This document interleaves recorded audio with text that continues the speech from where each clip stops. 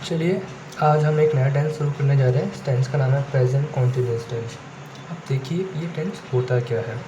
जितना हमें पता है कि जिन शब्दों के आखिरी में रहा है, रही है या फिर रहे हैं शब्दों का उपयोग होता है, वह प्रेजेंट कॉन्टिन्यूअस टेंस के अंदर आते हैं। बट ये तो एक कॉमन सी चीज़ हो गई। अब एक एडवांस तरीका हम देखते हैं कि इसको समझ कैसे सकते हैं। चलिए, कुछ पॉइंट्स लिखे हैं, आप इन पॉइंट्स को समझिएगा, उसके बाद आपको कुछ समझ में आएगा। जैसे कि प्रेजेंट कॉन्टिन्यूअस टेंस का उपयोग कहाँ किया जाता है। For an action going on at the time of speaking.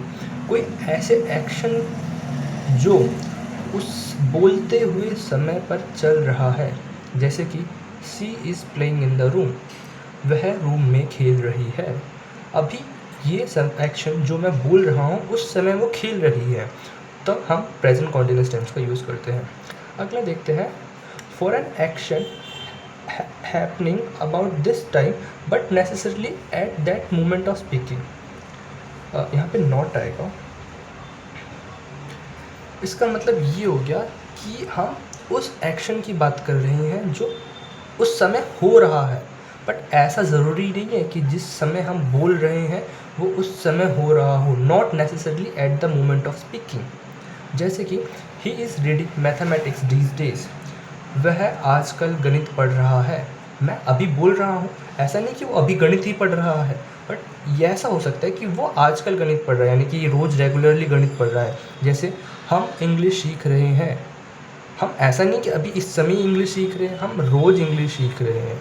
चलिए अब आगे देखते हैं, और बहुत इम्पोर्टेंट सा है कि फ्यूचर के लिए, हाँ, कि प्रेजेंट कॉन्टिन्यूअस टेंस का उपयोग फ्यूचर के लिए कैसे कर सकते हैं। अब देखो क्या क्या पॉइंट्स हैं, जो क्या क्या क्राइटेरिया उसके लिए। पहला, एक कोई कार्यक्रम या निर्णय या फिर पूर्ण निर्धारित योजना, कोई ऐसे काम जो पहले एकदम बिल्कुल फिक्स्ड है कि वो होकर रहेंगे, उनके लिए यूज़ किया जाता है प्रेजेंट कॉन्टिन्यूअस टेंस। जैसे कि we are buying car next year, हम अगले साल कार खरीदेंगे। ये कंफर्म है कि हमने निर्धारित कर लिया कि हम अगले साल कार खरीदेंगे तो खरीदेंगे। अब जैसे कि the prime minister is returning tomorrow, प्रधानमंत्री कल लौटेंगे। हम कह रहे हैं कल लौटेंगे, बात तो फ्यूचर की है, बट हम इसको कॉन्टिन्यूस में क्यों यूज़ करें, क्योंकि हमें कंफर्म पता है कि प्रधानमंत्री कल लौट ही जाएंगे। अगला, जैसे कि I am living for Delhi next week.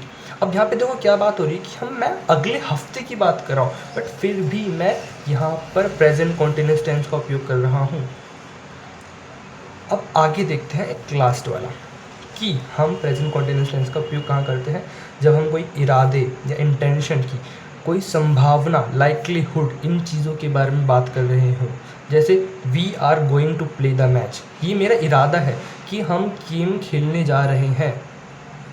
आगे जैसे I am going to die, मैं मरने जा रहा हूँ, ये एक इरादे की या फिर एक संभावना की बात कर रहा है। और जब भी ऐसे सेंटेंस बनेंगे तो उसमें याद रखिएगा, उसमें गोइंग टू ज़रूर यूज़ होगा। ये बहुत ज़्यादा इम्पोर्टेंट है। अब हम देखते हैं कि आगे ये कहाँ कहाँ उपयोग करते हैं। इसके छोटे मोटे बस वही पॉइंट्स के फॉर्मूलेज क्या होते हैं और वो सब। चलिए अब देखते हैं कि हम कहाँ कहाँ पर प्रेजेंट कॉन्टिन्यूअस टेंस का उपयोग कर सकते हैं, फिर इसके फॉर्मूलेज क्या क्या है। सबसे पहले तो आपको ये पता रहना चाहिए कि ये आपका एक नॉर्मल चार्ट है जो हमें आराम से आता है, कि फर्स्ट पर्सन आई होता है, डब्ल्यू ई, प्लूरल होता है यू, ये सब प्लूरल होते हैं। इसमें आपको जानने की चीज़ क्या है कि जो आपका हेल्पिंग वर्ब है वो है इज़ एम आर, बट ये भी तो जानना ज़रूरी है कि वो कहाँ यूज़ होगा। तो आई के साथ ज़्यादातर हर जगह ही एम यूज़ होगा, ठीक है।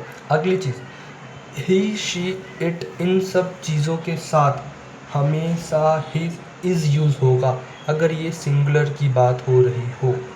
और आर कहाँ यूज़ होगा, बाकी बच्चे ये सारी जगह हम आर का उपयोग करेंगे, ठीक है।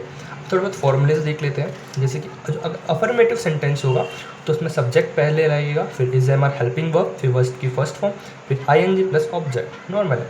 नेगेटिव सेंटेंस के लिए कुछ नहीं, बस इज एम आर के बाद ही आपका नॉट लग जाएगा, बाकी सब कुछ सेम रहेगा। और इंटेरोगेटिव सेंटेंस जैसे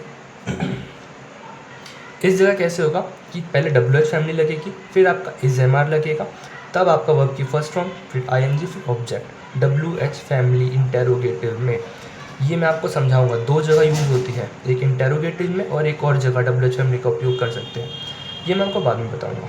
अगला है नेगेटिव इंटेरोगेटिव। नेगेटिव इंटेरोगेटिव कहाँ यूज़ होता है?